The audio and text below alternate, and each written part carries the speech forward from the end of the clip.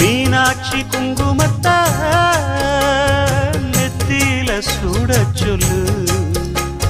சொன்னதை நானும் கேட்கிறேன். சொர்ணமே அங்க போய் கூறிடு. அஞ்ச